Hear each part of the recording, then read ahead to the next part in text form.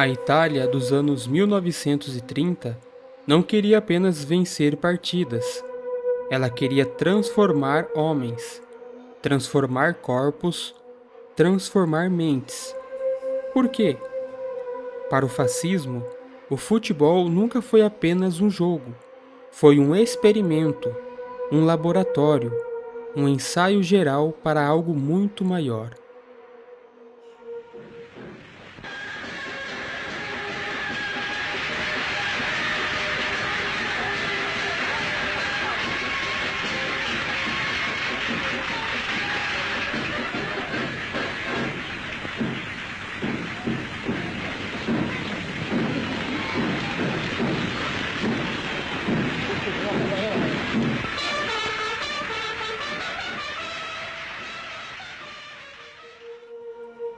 Em apenas 10 anos de poder, Benedito Mussolini havia remodelado a Itália como um imenso laboratório social. Não era metáfora. Instituições foram criadas para medir, classificar e moldar os corpos italianos.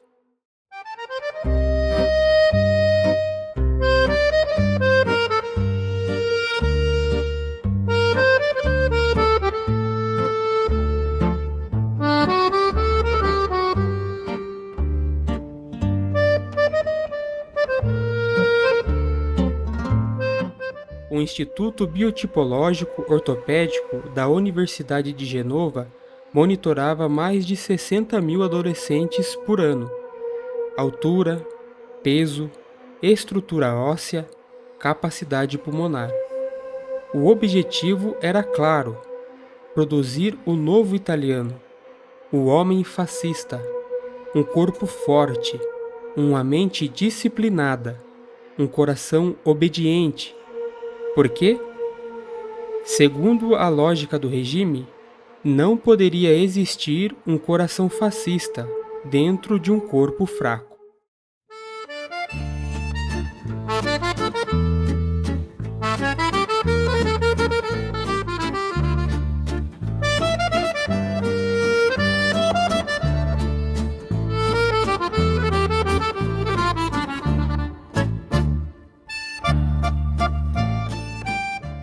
A juventude era treinada desde cedo.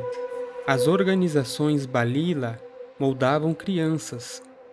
Exércitos físicos, desfiles, disciplina militar. Mussolini era apresentado como o primeiro esportista da Itália. Fotos dele esquiando, pilotando carros, cavalgando, nadando. A imagem de vigor era propaganda, mesmo que, nos bastidores, sua saúde estivesse longe de ser exemplar.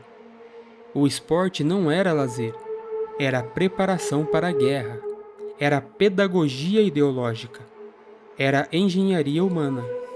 E o futebol, popular, emocional, coletivo, tornou-se a ferramenta perfeita.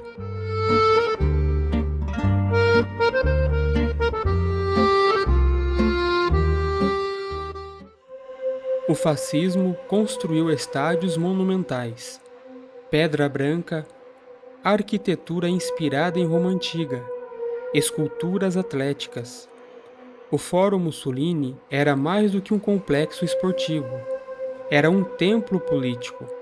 O fascismo funcionava como uma religião secular, e como toda religião, precisava de rituais. Visitando le nuove opere al Foro Mussolini. Ecco lo stadio dei Cipressi, il grande stadio olimpionico che avrà un campo di calcio di grandezza massima e sarà capace di 50.000 spettatori. Le terme comprendono una piscina scoperta e un gruppo di piscine coperte con 3 grandi vasche. O estádio era o altar. A multidão uniforme nas arquibancadas representava a nação fundida em uma única identidade. Não havia indivíduo, havia massa, havia nação, havia líder. Mas o futebol italiano dos anos 1920 era selvagem. Torcedores iam aos jogos com bastões, alguns com revólveres, e em 1925, numa final disputada em Turim, torcedores de Bolonha e Genoa se enfrentaram violentamente. Houve feridos graves. O regime não condenou a violência. Ele a reorganizou, assim como havia feito com as camisas negras. A violência deixou de ser espontânea, passou a ser controlada pelo Estado. O futebol se tornava um instrumento disciplinado. O regime tentou até mesmo criar um esporte puramente fascista, a volata, porém fracassou. O povo amava demais o futebol, então restou apenas uma opção: faschizar o futebol. Um termo que significa um processo sistemático e sintético que inclui toda a sociedade italiana, inclusive instituições públicas, organizações privadas, cultura, educação e vida cotidiana. A ideologia de controle e disciplina do Partido Nacional Fascista, governado por Benedito Mussolini. Termos estrangeiros foram proibidos. A linguagem do esporte foi nacionalizada. O futebol tornou-se cálcio oficial. Até a forma de narrar o jogo passou a carregar o discurso do regime. Essa influência sobreviveria mesmo após a queda do fascismo. A Copa do Mundo de 1934 seria a primeira realizada na Europa. Para o regime, era mais do que torneio, era vitrine internacional. Descontos ferroviários foram criados para estudantes e camisas negras. O país se mobilizou como se fosse uma exposição universal. Jornalistas estrangeiros foram convidados. A Itália precisava mostrar eficiência, ordem, modernidade. O mundo deveria ver um país onde os trens chegam na hora.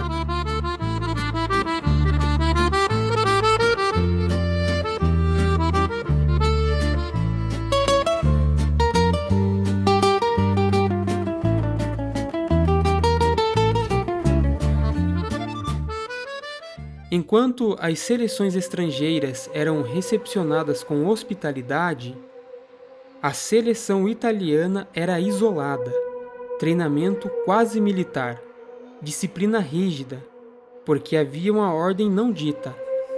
A Itália precisava vencer. Primeiro jogo, Itália versus Estados Unidos, 7-1. Não bastava vencer. Era preciso esmagar, demonstrar superioridade. O estádio, com 25.000 pessoas, vibrava. Alívio inicial. Mas o verdadeiro teste viria depois. Quarta de finais. Itália contra Espanha. O jogo entra para a história como a Batalha de Florença. Violência brutal.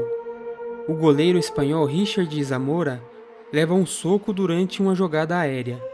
Sai com costelas quebradas, olho roxo. Jogadores desmaiam.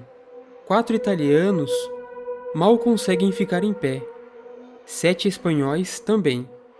A partida termina empatada sob protesto. No dia seguinte, replay. Sem Zamora, sem vários titulares espanhóis. A Itália vence por 1-0. A arbitragem foi questionada, mas nenhuma investigação oficial ocorreu. O mundo observava e o regime sorria. O futebol agora representava algo maior. O corpo dos jogadores era a metáfora do corpo nacional. Quando venciam, era a nação que vencia. Quando sofriam, era a nação que sofria. O esporte tornava-se substituto simbólico da guerra, uma guerra encenada, mas carregada de significado real. Mais de 40.000 espectadores. Mussolini na tribuna. A Tchecoslováquia abre o placar. silêncio, empate italiano, prorrogação, gol da virada, 2-1, explosão.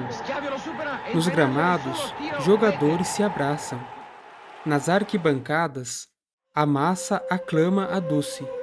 Era dupla vitória, esportiva e política. Depois da vitória, a imprensa internacional publicou diversos textos elogiando a organização italiana. O regime ganhou legitimidade. Mussolini sentiu-se invencível.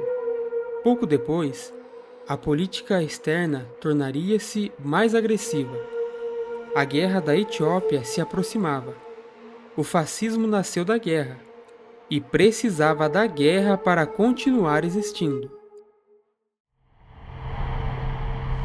Oggi, con piena tranquillità di coscienza, dico a voi, moltitudine immensa, che questo secolo, XX, sarà il secolo del fascismo. Sarà il secolo durante il quale l'Italia tornerà per la terza volta ad essere direttrice della civiltà umana.